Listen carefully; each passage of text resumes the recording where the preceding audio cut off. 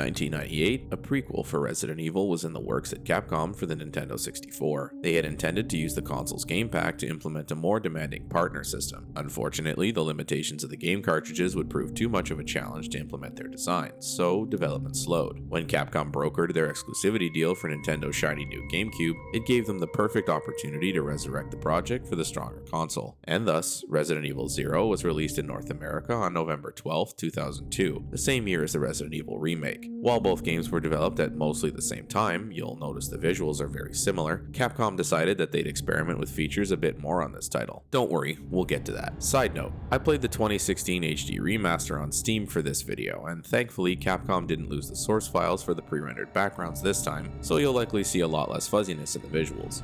On July 23, 1998, one day before the events of the Spencer Mansion, a train owned by pharmaceutical company Umbrella comes under attack from a swarm of leeches. A mysterious figure seems to be commanding them from a nearby hillside through the power of opera singing? 2 hours later, STAR's Bravo team arrives in the Arklay Forest via helicopter. If you can recall, they were the first team sent in to investigate the grisly murders happening near Raccoon City. The helicopter has sudden engine failure and forces a crash landing. Bravo team gets out to investigate and finds a crashed military police vehicle with 2 corpses nearby. A nearby file indicates that the 2 were transporting an ex-Marine named Billy Cohen, who was to be executed for murdering 23 people. With a little more investigation, our rookie medic Rebecca Chambers stumbles upon the aforementioned train, which is now stationary. Entering the train, Rebecca finds that the crew and passengers have all been zombified and must fight her way through. She meets up with Billy, who is surprisingly calm and offers his assistance. Rebecca is rightfully suspicious, of course, but decides to trust him after he helps her out. While the 2 explore the train, 2 Umbrella soldiers are given orders by Albert Wesker and William Birkin to destroy the train by crashing it off the tracks. They manage to get it going, but are then killed by the infected leeches. With the train headed for disaster, Rebecca and Billy split up to apply the brakes, which averts its course towards a nearby abandoned training facility. Surprise, this was also built by Umbrella to help train future executives for the company. The 2 discover that the facility was managed by another co-founder of Umbrella, James Marcus. Text files will indicate that James was responsible for discovering the progenitor virus in the 60s and began research to examine its potential as a biological weapon. After combining the progenitor virus with leech DNA, the T-virus was born. Rebecca and Billy will also find out Wesker and Birkin were groomed by Umbrella from a young age, and were Marcus's favorites at the academy. Eventually, you'll see Wesker leave to begin his plan to lure STAR's Alpha team to the Spencer Mansion, and Birkin will remain behind to continue his work on the G-virus. Billy will also reveal his past to Rebecca, clearing up the lies that he murdered 23 people. Turns out he was framed. Departing the facility, the 2 will come across Marcus's lab. More files reveal his work with the T-virus and leeches. While trying to use a cable car to escape the lab, Billy is attacked by an infected ape and is separated from Rebecca. Rebecca explores a factory that looks a lot like the one from Resident Evil 2. She'll briefly reunite with her captain, Enrico Marini, who lets her stay behind to find Billy. A tyrant with a massive claw attacks, but Rebecca is no pushover and puts it down. At a nearby treatment plant, Rebecca reunites with Billy to continue exploring. After some time, the 2 eventually run into the mysterious figure who reveals himself to be James Marcus himself, but younger somehow. He informs the duo that 10 years ago Oswald E. Spencer had him assassinated by Wesker and Birkin to steal his T-virus research. However, James's leeches were able to salvage his corpse, and the Queen Leech reanimated it. This gave it the ability to shapeshift and the gift of his memories. So, is this thing James or the Queen pretending to be him? Who knows? Anyway, it orchestrated the T-virus outbreak in the facility as revenge on Umbrella. Birkin has activated the self-destruct sequence, of course, and Billy and Rebecca will engage in battle with it to attempt to escape from the plant. The Queen follows, and the 2 learn that it can't stand sunlight. Billy distracts it while Rebecca turns valves to open the roof. Billy puts a magnum round in it and calls it a day. Rebecca assures Billy that she'll mark him as deceased in a report so he can escape freely. She notices the nearby Spencer Mansion and makes her way there so she can play her part in the events of the first game. Prequels are always hit or miss story-wise for me. The developers know where they have to go with the story, but are limited by the framework of what comes after. It seems they wanted to give more exposition on the origins of the T-virus and expand on the fate of Bravo team, but they kind of fall short in my opinion. It was definitely cool to see Wesker and Birkin again, but their involvement in the story is very short, and the 2 characters obviously can't interact with Rebecca or Billy. James Marcus feels completely random as a villain, as he was never mentioned in any of the other games, even though you'd expect him to be a fairly important part of Umbrella lore. And for some reason, they decided to have him wear a silk nightgown and sing opera to control the leeches.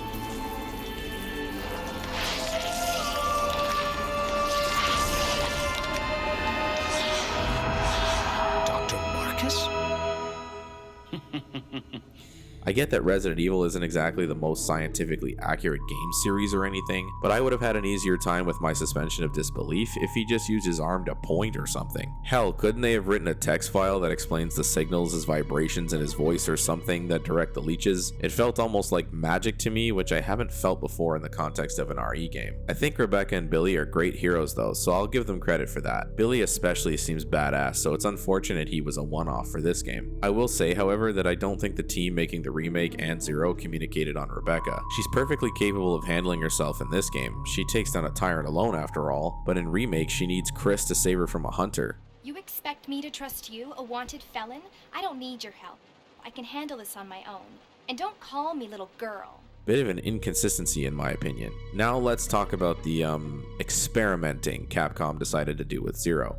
Let me start off by saying that Resident Evil 0 is still a classic Resident Evil game. I'm not happy with some of the changes, but it still meets the criteria. Now, let's jump into it. One of the most obvious additions to the core gameplay loop is the two-character system. Previous RE titles had two characters to play, of course, but never at the same time. In this game, you'll be controlling both Billy and Rebecca for a large portion of the experience. You'll be able to switch between each character when needed while AI controls the other. You can set your partner to attack or idle mode. You can also have the partner stay in place or actively follow you. And while it is kind of annoying that both characters only have 6 inventory slots, you can transfer items freely between the two if they're close enough to each other, effectively giving you 12. We'll talk about this in a second, but this is kind of nullified by certain items taking 2 slots instead of 1. I've gotta say, on paper, this sounds like a cool feature, and in execution, it wasn't so bad either. Capcom gave you a lot of control over your AI partner to streamline the gameplay, but honestly, I can't help but feel it didn't have a lot of nuance. Like, there are obviously sections of gameplay where the game will either force the two apart and they need to be reunited, or you'll need to separate them for a puzzle, but other than that, it doesn't make a lot of sense to have them separated by choice. The best default choice is to have them always together, as you gain the benefit of both inventories and a second gun if enemies start to overwhelm you. Maybe this is just me, but the system feels like it facilitated their ability to create a couple of gimmick puzzles, but made the experience worse when the two were separated, mainly because you have less inventory and less firepower. Not to mention, they gave the two characters certain features to differentiate them that can be kind of annoying too. For instance, Billy is stronger than Rebecca, so he'll be able to take more damage. Only he can move large crates and objects, and to boot, he can't mix herbs, likely to emphasize Rebecca's talents as a field medic, but like, really? This man was a marine taking on missions in the jungle, for heaven's sake. You're telling me he can't mix a couple of herbs for survival purposes? This meant that anytime I saw herbs with Billy, I was inclined to leave them there until Rebecca could pick them up, lest I waste the limited inventory space. And for Rebecca, you'd want to avoid heavy combat sections as she'll be biting the dust way faster than Billy will. Again, not so bad if the two are together, but when they get separated, you have no recourse, which didn't feel great. Speaking of inventory space, let's talk about the change in storage. For all Resident Evil games up to this point, there have been strategically placed item boxes that are magically linked to drop off your extra items. Pretty basic concept, sort of like a banking feature in an MMO. But since Capcom was experimenting, they decided, you know what, let's ditch that feature for something else. Yes, you heard me, there are no item boxes to be found. Well, what do you do to store items then? Drop them on the floor? Actually, yeah, that's exactly what you do. So after thinking about this on paper, I can kind of see their logic a little. In the previous games, each area might have had 1 or 2 boxes to use, so you'd need to backtrack to them when you had too many items. This drop mechanic effectively allows any room to be a pseudo item box if you think about it. But again, execution is lacking. For one, you can only drop a certain number of items per room before the game will let you anymore. This means that if you hoard items like I do, you'll be annoyed that eventually you have to spread them out amongst different rooms. I really hope that this was some kind of hardware limitation with the GameCube discs and not an intentional design choice, because it feels incredibly stupid to rely on this new mechanic and then slap limitations on it right away. Secondly, the item models on the floor sometimes get hidden with the camera changes or by other larger items, meaning you might have to spend time pinpointing where a certain item is in that room. And finally, you'll quickly learn that even if you don't have free inventory space, you'll want to make room to interact with items in their spawn locations and then drop them right after. This is because in certain sections of the game, you'll lose access to those items if you didn't interact with them. For instance, after the train crashes, the game will helpfully place all your items from the floor of the train on the ground in the training facility for you to grab,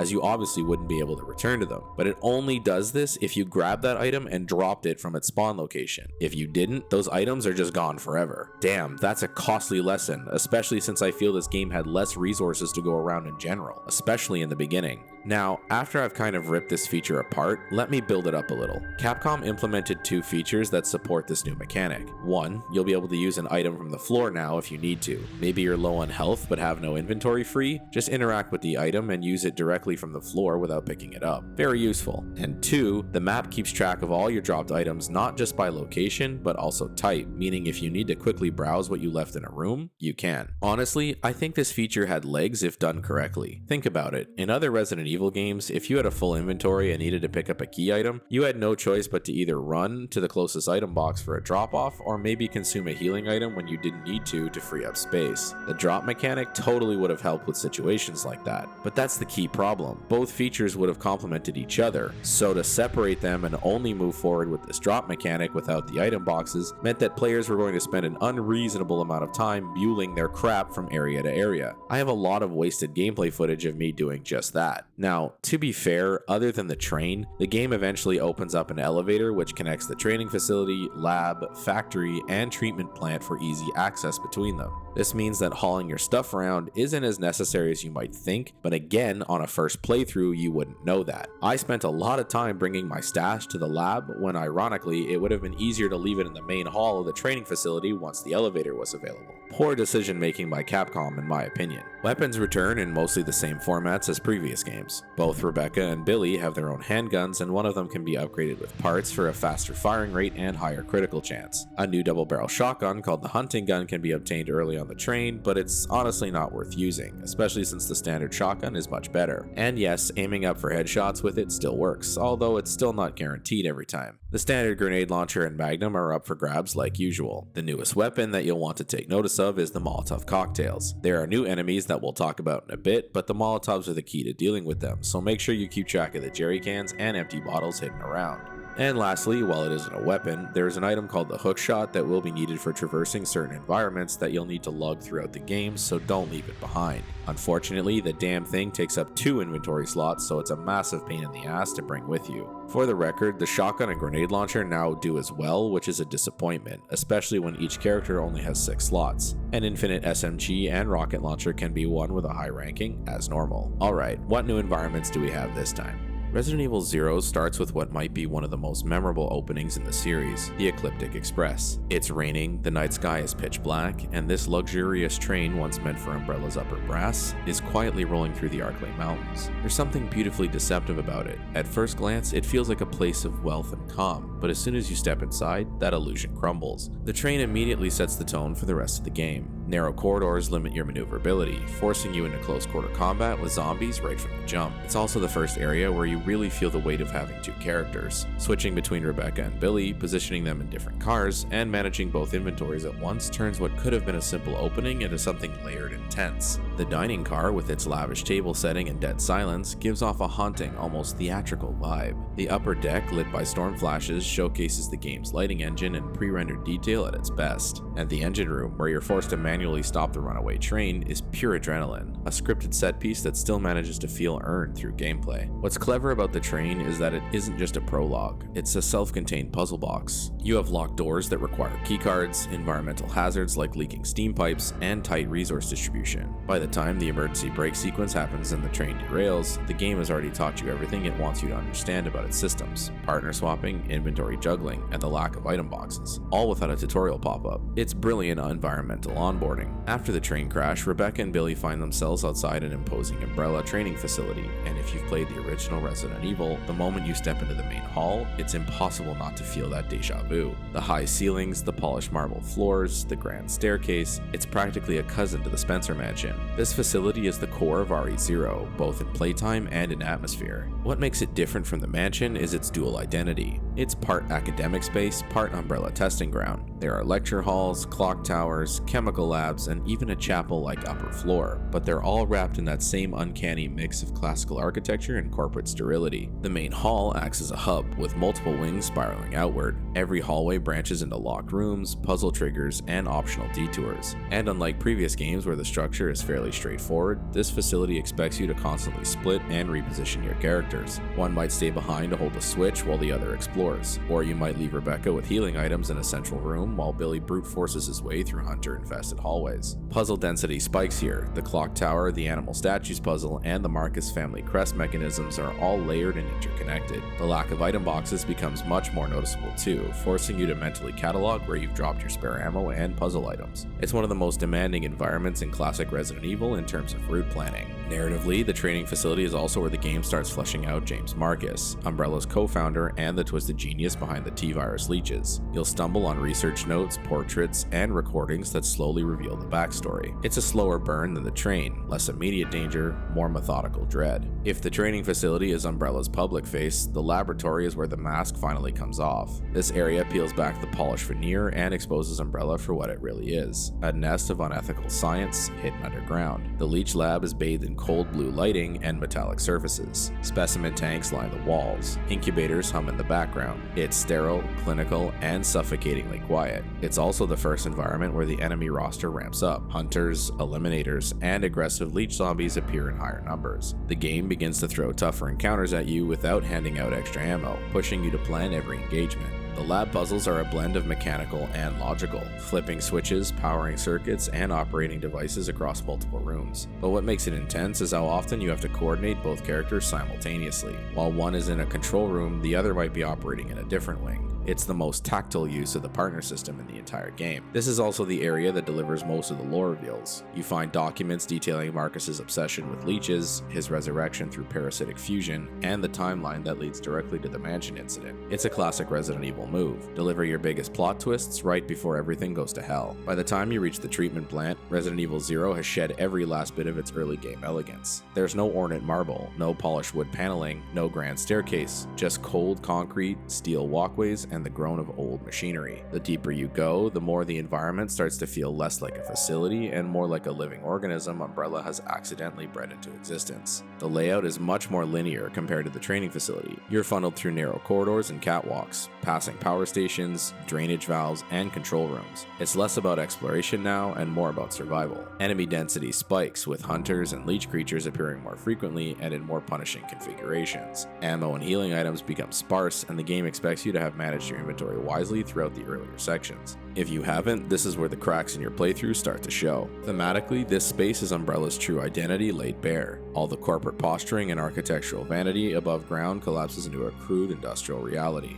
The walls are corroded, the lighting harsh, and the sound design relentless. Clanging pipes, dripping water, the hum of unseen machinery. It's deliberately oppressive. You're meant to feel like you've stepped into the company's guts. As you push deeper, the line between infrastructure and infection blurs. Organic leech matter begins to spread along walls and floors, transforming what was once a water treatment complex into a bioorganic nest. It's not a separate final area so much as an evolution of the plant itself, Umbrella's machinery being slowly swallowed by the monster it created. The final confrontation against the Queen Leech plays out in a cavernous chamber that perfectly embodies this duality. There's still the metallic scaffolding and industrial framework, but it's twisted and overrun, as if the leeches themselves have grown through the pipes. It's not just a boss arena, it's a statement. The company has lost control of its creation. What makes this finale so effective is its contrast with where the game began. You started in a luxurious train and pseudo-mansion, moving through cleanly designed, puzzle-heavy spaces. By the end, you're in a grimy, contaminated industrial pit, fighting an inhuman parasite. The entire game has been a slow descent from human order into biological chaos, and that shift is felt not through exposition, but through the spaces you inhabit. Zombies and zombie dogs return as they always do, no different from their previous iterations. I feel like they didn't use the zombies as frequently as other games, to be honest. The Crimson Heads surprisingly don't make an appearance here, so don't worry about putting zombies down. Giant spiders are around again, but only in a few areas. Just avoid the poison spit. One of the new enemy types is one of the most annoying to be featured in an RE title. The damn Eliminator apes are like smaller hunters. They can be hard to hit and will swarm you in packs if you don't get out of dodge or use a power weapon to put them down quick. Avoid them as much as possible. Speaking of hunters, they're around too. Again, nothing new to comment on here. Keeping in the vein of incredibly annoying enemies, say hello to the new Leechmen. These things are absolute bullet sponges and will soak damage like tanks unless you use fire weapons. And even if you do kill them with normal weapons, they'll just reform after anyway. That's why the Molotovs are so important, as fire is their only weak point. I would recommend you avoid these as much as humanly possible, it's just not worth fighting them if you can help it. As for the bosses, Capcom got a little lazy, I feel. Outside of the Tyrant and Queen Leech, the other 3 are just giant animals, and the mechanics to fight them aren't exactly complicated. Boss 1 is a giant scorpion, and I was able to beat him by parking Billy in the corner, aiming down, and firing whenever it raised its claws to telegraph an attack. It did 0 damage to me. Boss 2 is a giant centipede that kidnaps Rebecca. It'll run around the room and occasionally stop to rear its head. Again, park Billy in one of 2 spots and shoot it when it reveals its underside. Boss 3 is a giant bat. It'll release smaller bats that will attack you and be annoying, but the giant one will fly in circles and occasionally swoop down for its own attack. That's when you can aim up and fire the grenade launcher. The 2 Tyrant fights are a little more challenging, as you'll want to avoid his giant swiping claw. If you can stick to his back and time your shots, you can effectively stun lock him. It's even easier in the second fight, as you'll have both characters to alternate shots. The Queen Leech is easily the hardest fight in the game, as you'll need to manage 2 characters strategically to not get screwed. Stack as many Molotovs and napalm rounds for the grenade launcher as you can, because the Queen is vulnerable to fire. Make sure to assist the partner if they get grabbed, because she'll quickly kill them otherwise. In the second fight, it's all about positioning. Billy will have to distract the Queen while Rebecca turns 4 valves that take about 30 seconds each to open the roof. If Billy doesn't shoot at her, the Queen will default to attacking Rebecca, so run and gun as much as you can. As much as I've enjoyed myself so far with this Rewind series, this is the first game to really flip my tone. Code Veronica wasn't stellar, but it still felt fun to play, and I'm pretty confident I'd play it again. It actually kind of feels the opposite of Code Veronica, where I lamented the lack of new features in that one, and now I'm lamenting too much change in Resident Evil 0. I can easily say that I won't be returning to this one. It felt like a massive chore to get through, and if it weren't for this video, I probably wouldn't have. Capcom released a banger with the remake in the same year as this game, and it feels so jarring to go from that to this swing and miss. Kudos to you if you really enjoyed it, but I think this is easily the best candidate for Capcom to give a modern remake and fix a lot of the errors they made. And with that, the classic survival horror era has come to a close. It's unfortunate it didn't go out with a bang, but this journey continues regardless. We'll be jumping into my all-time favorite Resident Evil next, and I'm quite excited to do so. Once again, thank you for coming along for the ride. I've seen a lot of encouragement from you guys, and it really warms my heart. Thank you. Please leave me a comment if you think I'm way off the mark with Zero, or perhaps you feel the same way. Either way, I appreciate you. As always, stay safe out there.